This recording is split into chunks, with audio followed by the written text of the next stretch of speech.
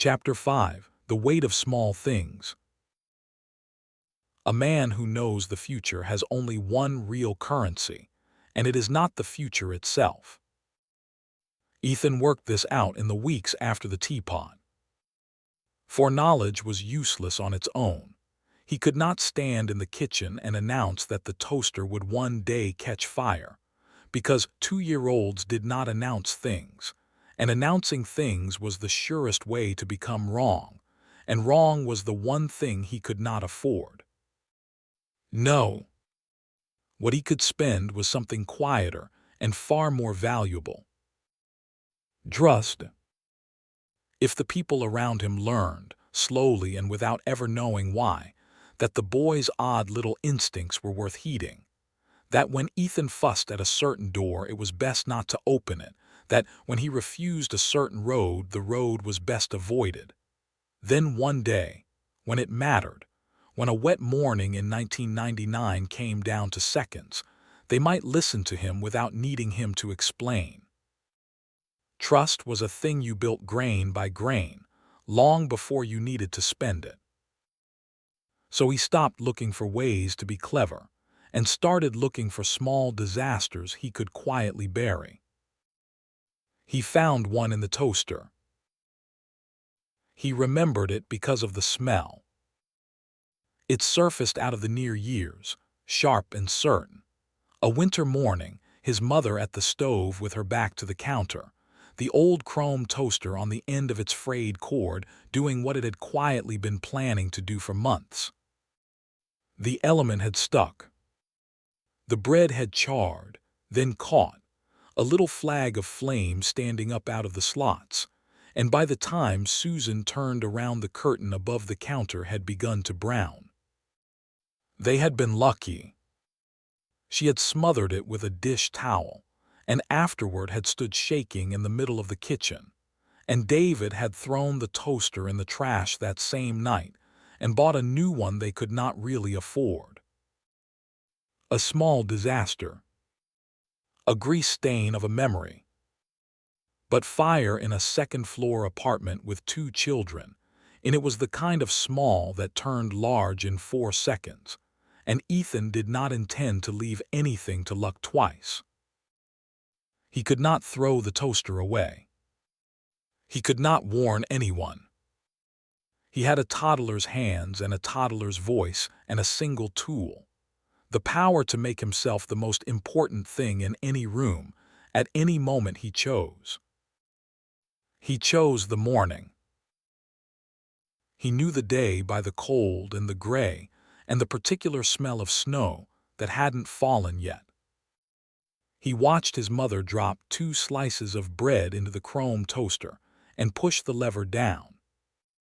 He watched her turn back to the stove, to the eggs, her back to the counter exactly as memory said. And Ethan, sitting in the middle of the kitchen floor with a wooden block in each hand, began very deliberately to choke.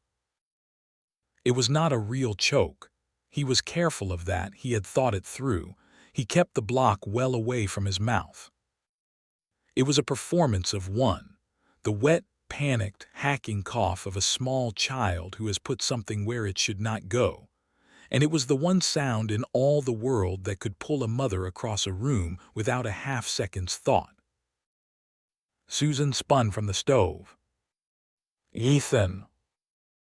She crossed to him in 2 strides, dropping to her knees, both hands going to his small face, his chest, sweeping a frantic finger through his mouth. And her whole body, her whole attention was turned away from the counter and down toward her son when the toaster's stuck element finally, quietly, began to smoke. He let her find that the block was in his hands, not his throat. He let her sag with relief. And then he did the second thing, the thing that turned a false alarm into a true rescue. He wailed and flung one arm out, pointing a wild, meaningless toddler's point that happened, because he had aimed it so, straight at the counter. She followed his arm. She saw the smoke. Oh no. The dish towel came off the oven handle, and smothered the smoking slots before the first flame ever stood up. There was a hiss, a stink of scorched bread and hot metal, and then nothing, no fire, no browned curtain, no shaking afterward in the middle of the room. Just a ruined toaster, unplugged with a hard yank, sitting dead on the counter, and a mother sitting on the kitchen floor with her son in her lap, holding him too tight, her heart going hard against his small back. "You scared me," she breathed into his hair. "God, you scared me." Both at once, she laughed shaky. "How did you little weather vane? You always know, don't you? You always know when something's wrong." Ethan, limp and wailing in her arms, let the wail run down into hitching breaths, and said nothing, because saying nothing was the whole art of it.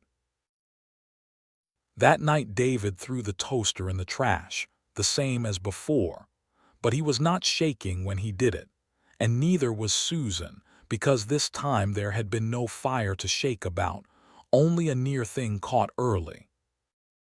And over the toaster's chrome corpse, Ethan heard his mother tell the story to his father, and heard the shape the story took in her telling, and knew that the grain had been planted. "It was the strangest thing," she said. "He started up coughing, and the second I went to him, he just pointed right at it. Before there was even a flame, David. I swear that child has a sense.